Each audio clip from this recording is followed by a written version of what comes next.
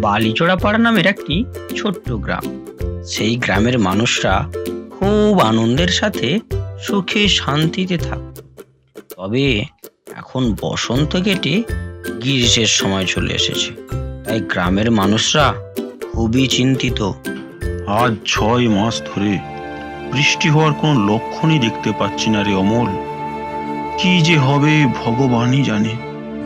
হ্যাঁ অজয় কাকা, বৃষ্টি না হওয়ার কারণে গ্রামের সমস্ত ফসল একবারে নষ্ট হতে চলেছে। আর খাবার জলের জন্য প্রায় 5 থেকে 7 মাইল হেঁটে কুয়ো থেকে জল আনতে হয়। সবই তো বুঝলাম, কিন্তু এই সমস্যার সমাধান কিভাবে হবে সেটাই তো ভেবে পাচ্ছি না। এইভাবে চললে তো গ্রামের মানুষ সব না খেতে পেয়ে মরবে। একমাত্র যিনি বাঁচাতে পারে সে হলো ওই উপরওয়ালা, ওনার হাতেই সব। আচ্ছা কাকা, গ্রামের জমিদার মশাইকে একবার বলে দেখলে হয় না? সে বলে দেখতেই পারিস, তবে খুব একটা যে কাজ হবে সেটা আমার মনে হচ্ছে না। চলো সবাই মিলে একবার বলেই দেখি। তাই চল। অজয় আর অমল আরও গ্রামের কয়েকজনকে নিয়ে জমিদারের কাছে গ্রামের সমস্যার সমাধানের জন্য গেল। জমিদার মশাই বাড়িতে আছেন? হ্যাঁ, জমিদার মশাই বাড়িতে আছেন, ভিতরে যান। জমিদার মশাই, গ্রামে জলের করুণ অবস্থা। আমরা ঠিকঠাক জলটা পর্যন্ত খেতে পারছি না। গ্রামের সকল ফসল একবারে নষ্ট হতে চলেছে। এভাবে চললে তো আমরা আর একবারে না খেতে পেয়ে মরব। কিছু করুন জমিদার মশাই, কিছু করুন। এতে তো আমার কিছুই করার নেই।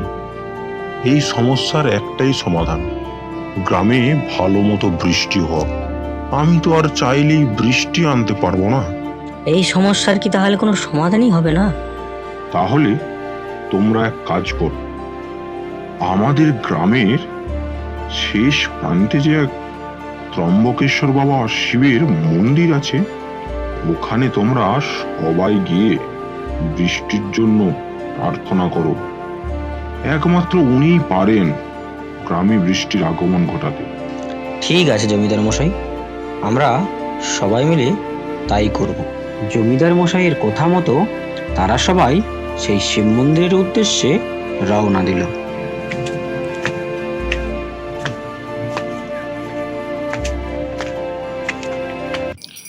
হে বাবা মহাদেব, জয় বাবা ভোলানাথ, হে দেবাদিদেব মহাদেব মহেশ্বর, আপনি আমাদের এই করুণ অবস্থা থেকে রক্ষা করুন। আমাদের গ্রামের জলের হাহাকার চলছে, এই পরিস্থিতি থেকে আমাদের মুক্ত করুন।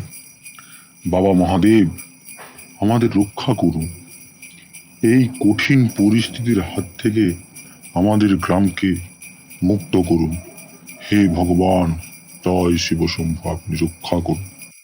বাবা ত্রম্বকেশ্বর শিবের মন্দিরে তারা প্রার্থনা করে সবাই গ্রামে ফিরে গেল। গ্রামের সকল মানুষজন বৃষ্টি না হওয়ায় খুবই চিন্তিত হয়ে পড়েছিল। কিন্তু তার ঠিক 2 দিন পরেই গ্রামের আকাশে তারা ঘন কালো মেঘ দেখতে পেল এবং খুব বৃষ্টি হলো। তারা এই বৃষ্টি দেখে খুবই আনন্দিত হয়ে পড়ল। বৃষ্টি থামার পর তারা সবাই বাবা মহাদেবের জয়ধ্বনি দিতে লাগলো।